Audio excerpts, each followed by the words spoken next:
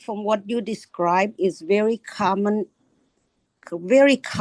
in many places, when not only about husband and wife, but is within the dynamic of the families and within the dynamic of your close friends, because you are too comfortable with the person, and it's very hard for each person to separate what is the say if the driver, the wife wasn't sure to how to turn, the husband's like, well, you are incompetent, that is according to your word, okay? And it's the assumption that was there. So everyone need to, in my opinion, we need to slow down, take a deep breath, and instead of um shouting or using those unintentionally, he didn't mean to hurt her, but he was scared that she would turn it into wrong, wrong turn or whatever. So you need to step back, take a pause, and then answer it. And then the receiving end is usually a react to the person speak.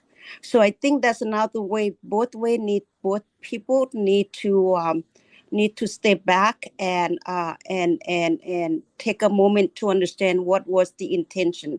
For instance, in your case, was the husband yelling because he was want to yell at her, or he was yelling because he was afraid she would make a mistake?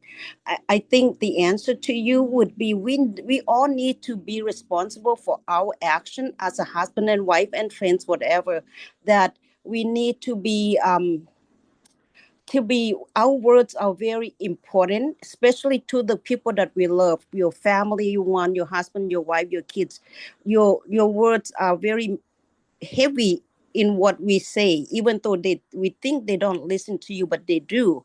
And when you say something that is not that can be hurtful, it can be hurtful very long time. So therefore, I think especially with our loved one, we need to step back, and then before we responding, and then when we listen to the responding, we need to also understanding what was the intention of that person say, so that way we can react to the right one. Because if she understood that he was reacting to him worrying about her, she would not be as mad.